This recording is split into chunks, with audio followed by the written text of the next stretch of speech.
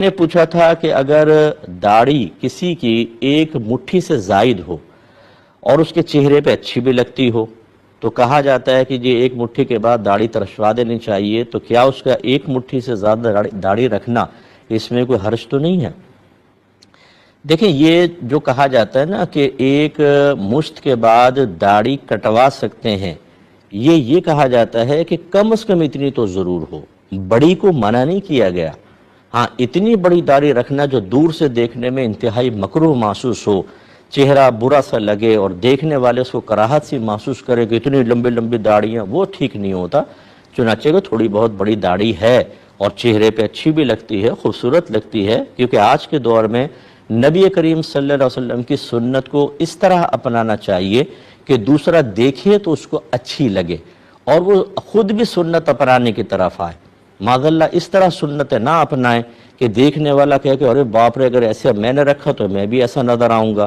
نہ داڑھی میں کنگھا کرنا، بے ترتیب داڑیاں، مٹی پڑی ہوئی ہے، بال بکھرے پڑے ہیں، زلفیں اڑ رہی ہیں، امامہ اگر باندھا ہوا تو ٹیڑھا میڑھا امامہ کر کے باندھ لیا۔ یہ میں بزرگوں کی بات نہیں کر رہا ہوں، بعض بزرگ ایسے ہوتے ہیں کہ سادگی کے ساتھ امامہ باندھتے ہیں، لیکن ان کی شخصیت کی بزرگی اس چیز کو معیوب نہیں کرتی بلکہ وہ سادگی میں شمار ہوتی ہے۔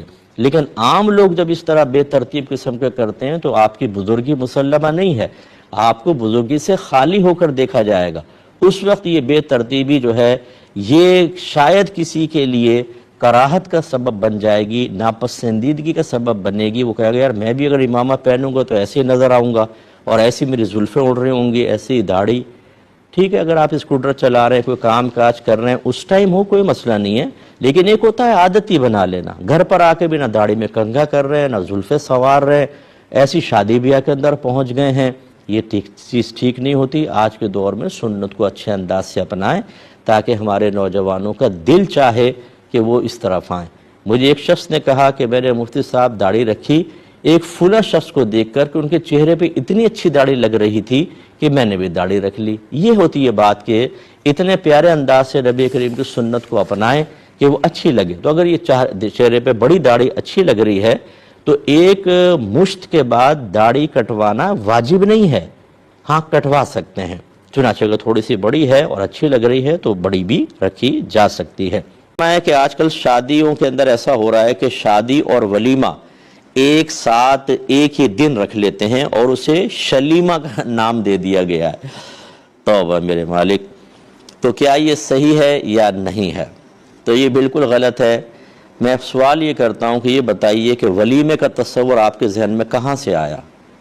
کس نے کہا ولیمہ کرو؟ تو آپ کہیں گے جی نبی کریم صلی اللہ علیہ وسلم نے بتایا، قرآن اور حدیث، یعنی حدیث سے ہمیں پتہ چلا کہ ولیمہ ہوتا ہے۔ تو حدیث سے جب پتہ چلا تو پھر حدیث یہ بتائے گی نا کہ ولیمہ کب ہوگا اور کیا اس کو شادی کے کھانے کے ساتھ مرج کر سکتے ہیں کہ نہیں، یا آپ اپنے پاس سے بس ولیمے کا تصور وہاں سے لے لیا، باقی یہ شترے بے مہار ہو گئے کہ ہم جیسا چاہے کریں۔ یہ یاد رکھیں کہ ولیمے کا تصور یہ ہے کہ فرسٹ نائٹ کے بعد پھر جو کھانا کھلایا جاتا ہے اس کو ولیمہ کہتے ہیں۔ تو یہی نبی کریم صلی اللہ علیہ وسلم کا طریق رہا کہ شب زفاف کے بعد آپ نے کھانا کھلایا ہے صحابہ کرام کو، یا ویسے ہی تقسیم کیا جیسے صحابہ کو بلا کے کھلا دیا ہے۔ تو یہ ولیمے کا تصور ہے۔ اب اگر آپ شادی کر رہے ہیں، شادی یقینی سی بات ہے فرسٹ نائٹ سے پہلے ہی ہوتی ہے، تو اب اس کے اندر اگر آپ ساتھ ہی ولیمہ کر دیتے ہیں تو یہ ولیمے کی سنت تو پوری نہیں ہوگی، تو اس کو ولیمہ کہنا اور اس قسم کی بدعتیں ایجاد ہرگز نہ کی جائیں۔ ولیمہ کرنا یہ سنت کریمہ ہے۔ حضرت عبد الرحمن بن عوف رضی اللہ تعالیٰ عنہ سرکار کی خدمت میں حاضر ہوئے تو جسم کپڑوں پہ زرد رنگ لگا ہوا تھا۔ سرکار نے فرمایا کہ اے عبد الرحمن یہ کیا ہے؟ عرض کیا رسول اللہ میری شادی ہوئی ہے اور یہ اس وجہ سے رنگ لگا ہوا ہے۔ تو نبی کریم صلی اللہ علیہ وسلم نے ارشاد فرمایا کہ پھر آپ ولیمہ کریں چاہے ایک بکری کے ذریعے ہی کیوں نہ ہو۔ تو اس کا مطلب یہ ہوا کہ یہ تصور شریعت نے دیا ہے اور اس کا وقت بھی معین کر دیا ہے، اس کو وقت کو بدل دینے سے ولیمے کی سنت ادا نہیں ہوگی، اور جو چیز سنت کو ختم کر دے وہ بدعت ہوتی ہے۔ ایسی بدعتیں ایجاد نہ کریں، ورنہ آپ کے بچے آپ ہی کی روش پہ چلتے ہوئے آپ نے ولیمے کو شلیمہ بنا دیا، اس کے بعد وہ اس کو قیمہ کر دیں اور کیا کر دیں یہ اللہ ہی بہتر جانتا ہے، اور وہ ایک چیز پہ بچے نہیں رہیں گے، پھر وہ ہر چیز میں اپنی مرضی اور سہولت کے مطابق تبدیلیاں پیدا کریں گے، اور اسی بنا پر دین کا نقشہ بدل دیا ہے۔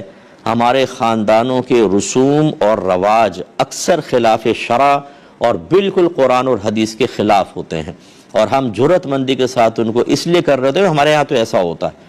یہ عورتیں مل کر بیٹھتی ہیں نا رشتوں کے لیے، بھی آپ کے ہاں کیا کیا لیتے دیتے ہیں؟ ہمارے یہاں یہ ہوتا ہے، دوسری کہتی ہے ہمارے یہاں یہ ہوتا ہے، اور ان میں بہت سی چیزیں، ہر ایک کو نہیں کہہ رہا ہوں، بہت سی چیزیں خلاف شرع بھی طے ہو رہی ہوتی ہیں، لیکن چونکہ ہمارے ہاں ہو رہا ہے اور ہم نے نہ قرآن کو دیکھنا ہے، نہ حدیث کو، نہ اللہ کا خوف، نہ رسول کی کوئی حیا اور شرم، تو ہم خود بدعتیں ایجاد کر کے اور اپنی نسلوں کو دے کر چلے جاتے ہیں، اور آگے اس کا خمیازہ بھگتنا ہوگا۔ تو لہذا شلیمہ پلیمہ چھوڑ دیجئے، آپ ولیمہ ہی کیجئے، اور اس کا طریقہ یہ ہے جو میں نے آپ کو سمجھایا۔ اس میں ایک آخری بات عرض کر دیتا ہوں، بعض بچے ایسے ہوتے ہیں کہ جو سنت پوری کرنا چاہتے ہیں لیکن گھر والوں سے ٹکرانا ممکن نہیں رہتا۔ گھر والے کہتے ہیں تم خاموش رہو، ملا نہ بنو زیادہ، جو ہم کر رہے ہیں بس ٹھیک ہے، ہم جواب دیں گے آخرت میں۔ ایسے جرأت مند بھی آپ کو ملیں گے۔ ایسی صورت میں نوجوانوں سے میری گزارش ہے کہ آپ لڑائی جھگڑا نہ کریں، بولے آپ کی مرضی جو چاہے کریں۔ آپ اگلے دن صرف ایک دو دوستوں کو بلا کر کھانا کھلا دیں، نیت کر لیں کہ یہ ولیمہ ہے۔ ولیمے کے لیے باقاعدہ ہال بک کرانا، انویٹیشن دینا، کوئی بہت زیادہ بڑی مقدار میں کھانا بنانا یہ لازم نہیں ہوتا، تھوڑا سا کھانا کھلا دیں، ولیمے کی نیت سے انشاءاللہ سنت ادا ہو جائے گی۔